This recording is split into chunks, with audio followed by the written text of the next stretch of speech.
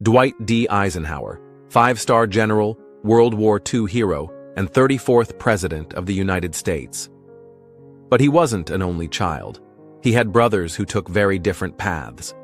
Today, we're diving deep into the lives of Edgar, Earl, and Milton Eisenhower, the siblings you've probably never heard the full stories about. Get ready, because this story has everything. Number 3.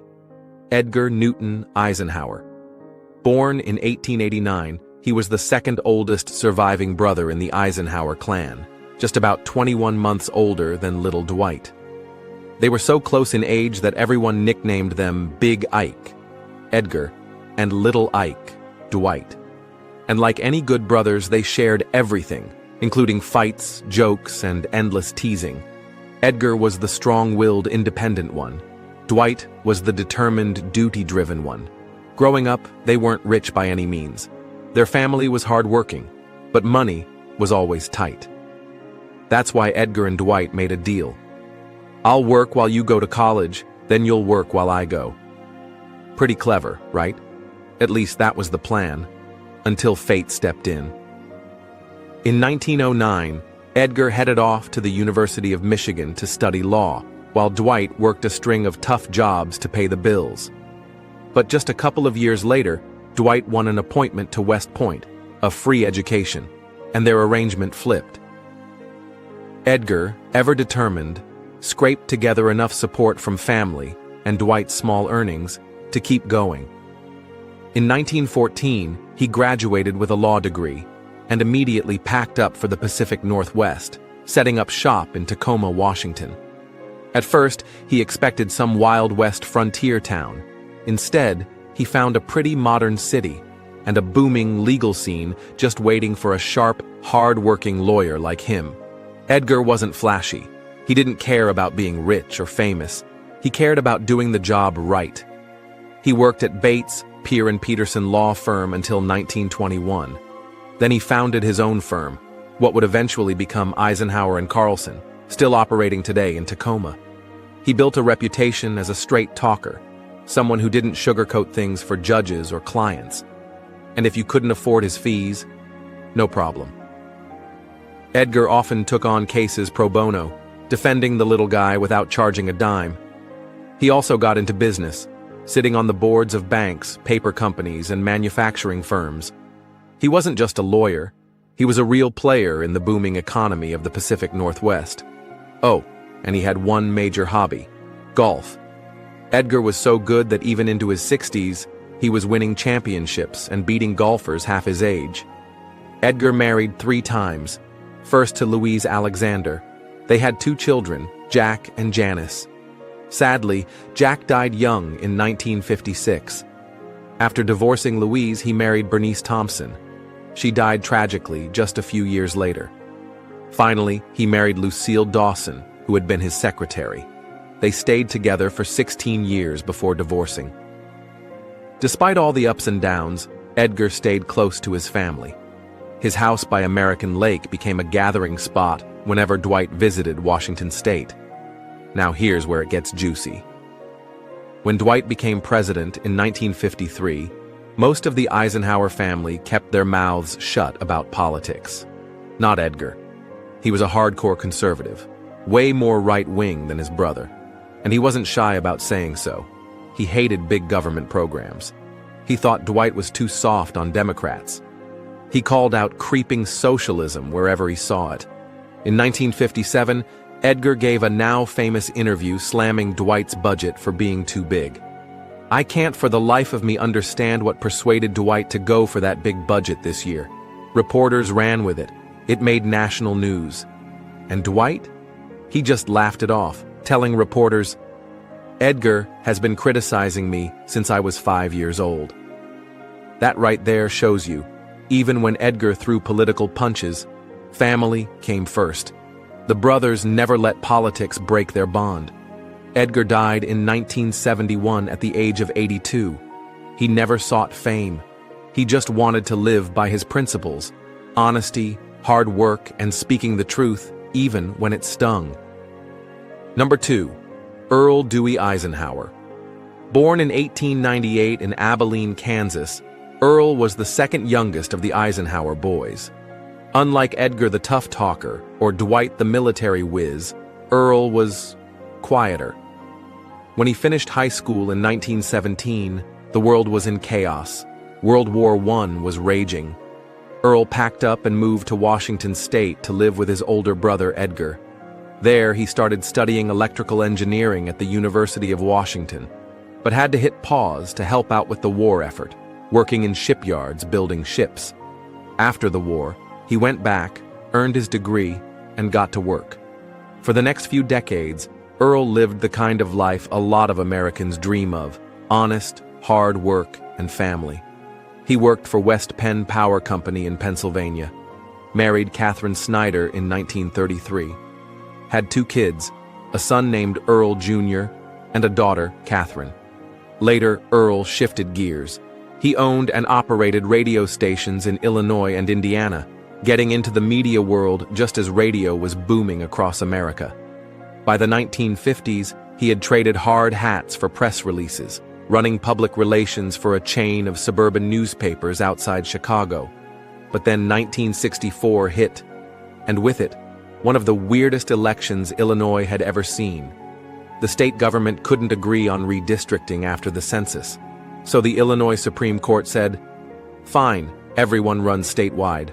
All 177 seats in the House, all on the same ballot." Republicans needed big names to get any attention, and someone remembered. "Hey, doesn't President Eisenhower have a brother living here?" Just like that, Earl Eisenhower was recruited to run. At age 66, Earl became the GOP's poster boy, and guess what? He crushed it. He became the top Republican vote-getter in the entire state. Not bad for a guy who'd never held office before. In 1965, Earl took his seat in the Illinois House of Representatives, serving on committees about agriculture, utilities, and traffic regulation. Real nuts and bolts stuff.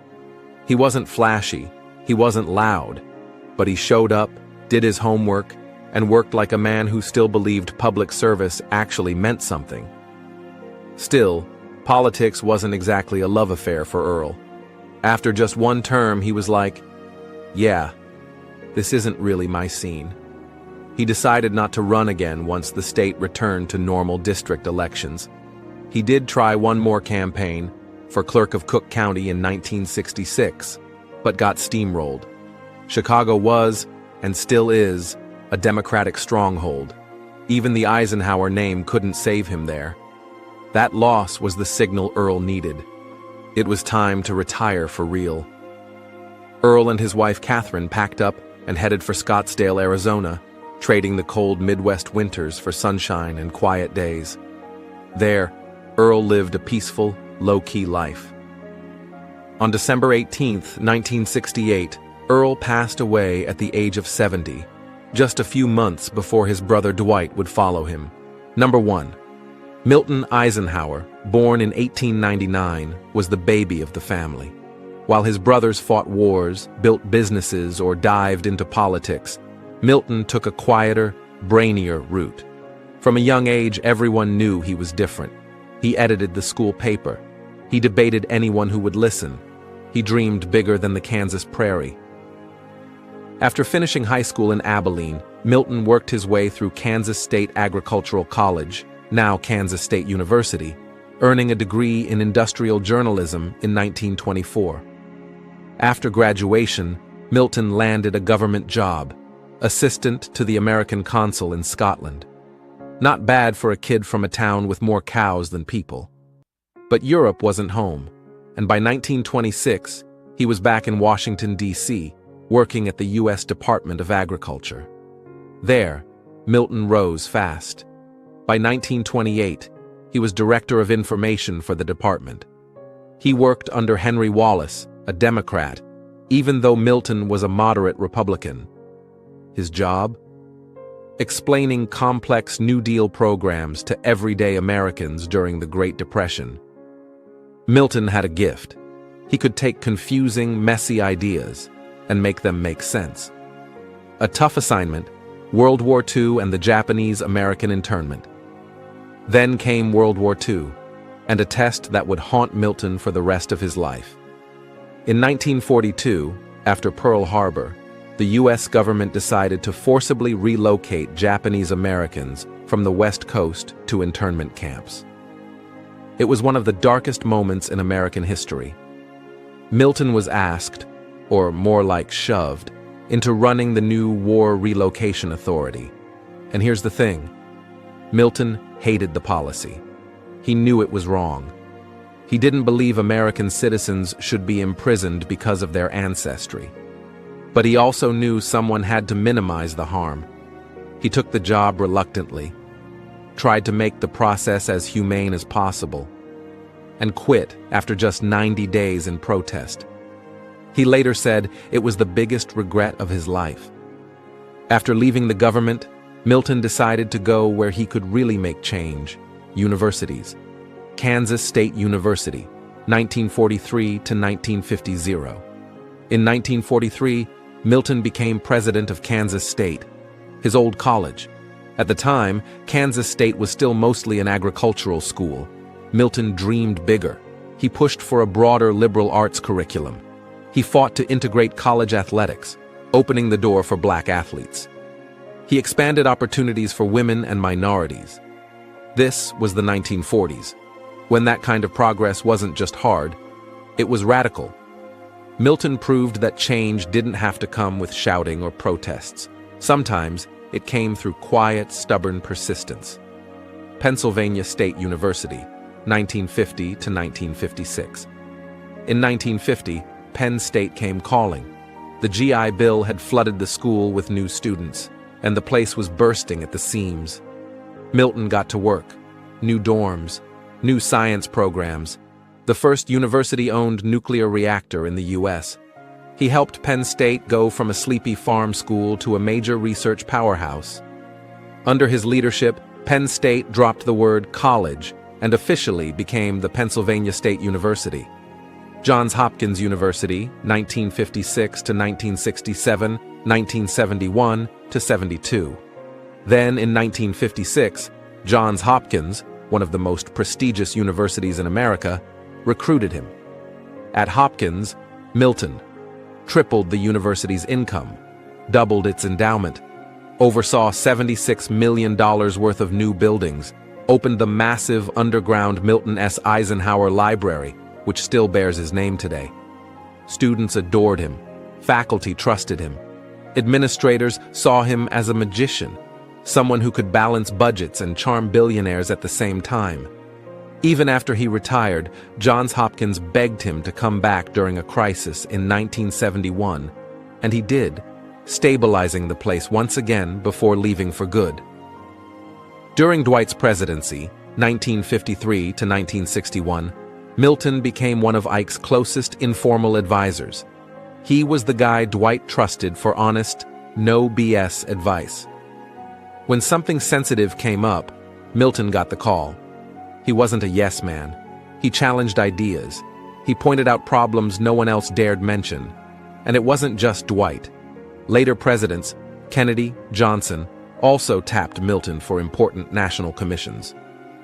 In 1968, after the assassinations of Martin Luther King Jr. and Robert Kennedy, President Johnson appointed Milton to lead the National Commission on the Causes and Prevention of Violence. Milton's commission dug deep into American anger, unrest, and inequality, producing a landmark report still cited today. Through it all, Milton stayed calm, professional, and deeply ethical. He didn't play politics. He tried to fix things. Milton married Helen Elsie Eakin in 1927. They had 2 children and a long, loving marriage, until Helen's death in 1954. After that loss, Milton never remarried. He poured his energy into his work and family. Even late into his 70s and 80s, he kept writing, advising, and mentoring. When he died in 1985 at age 85, tributes poured in, calling him an American statesman and the wisest counselor presidents ever had. And honestly, they were right. The Eisenhower brothers lived very different lives, but in the end, they all shared one thing: a deep belief that hard work, integrity, and service matter.